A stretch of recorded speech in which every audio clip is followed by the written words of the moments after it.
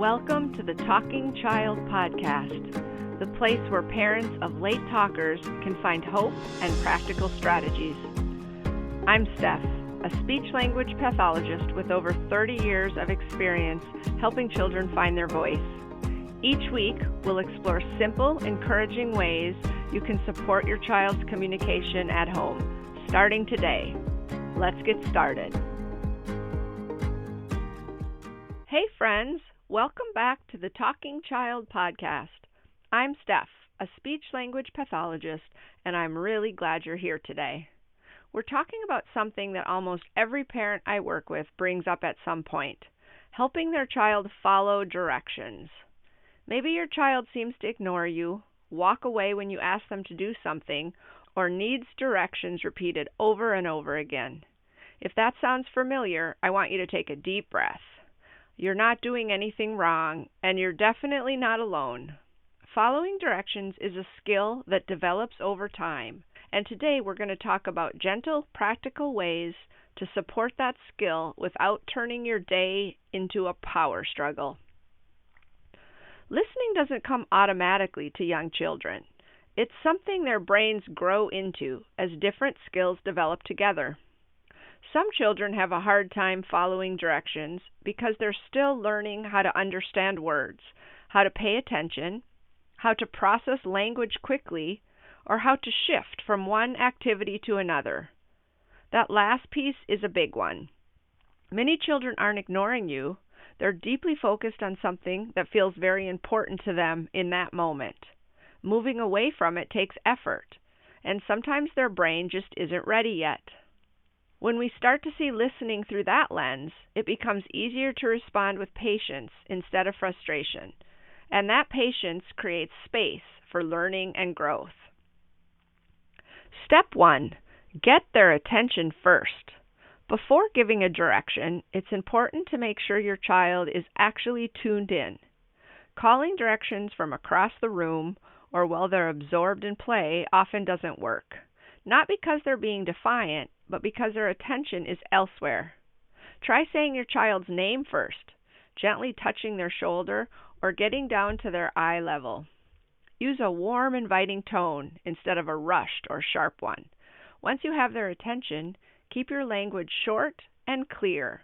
Instead of long explanations, try simple phrases like, "Jax, shoes on," or "Julie, sit down."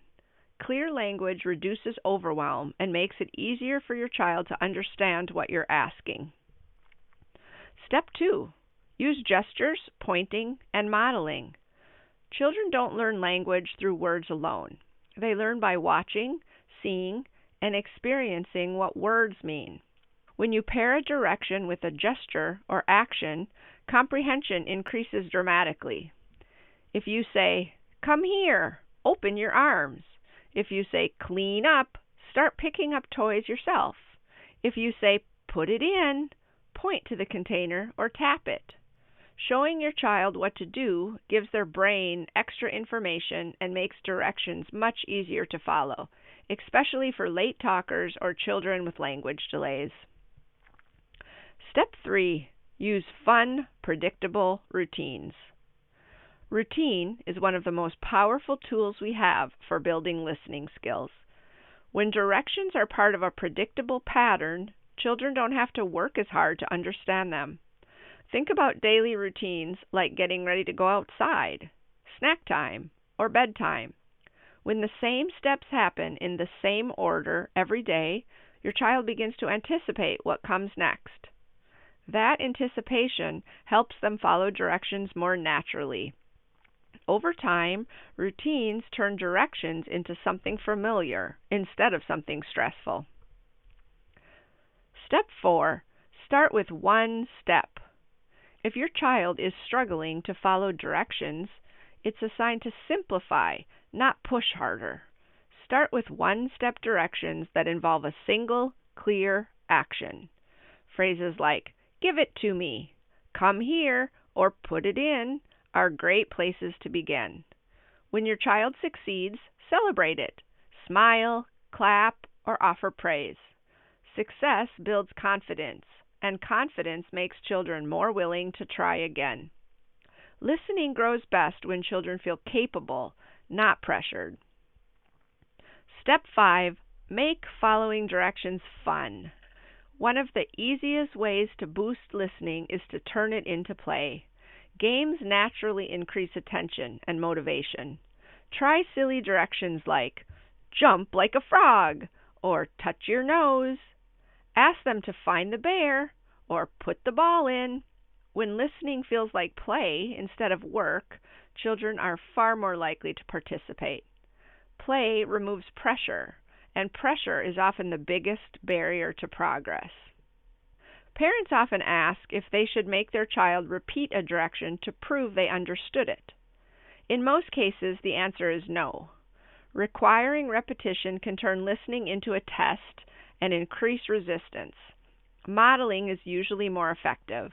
If your child doesn't follow through, you can help them complete the action hand over hand while staying calm and encouraging.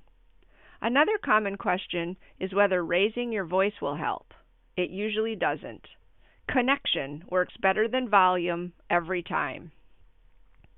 This week, I want you to pick one daily routine, maybe snack time, bath time, or getting dressed, and focus on using a single, one-step direction paired with a gesture and a warm tone. Give your child a moment to process before jumping in.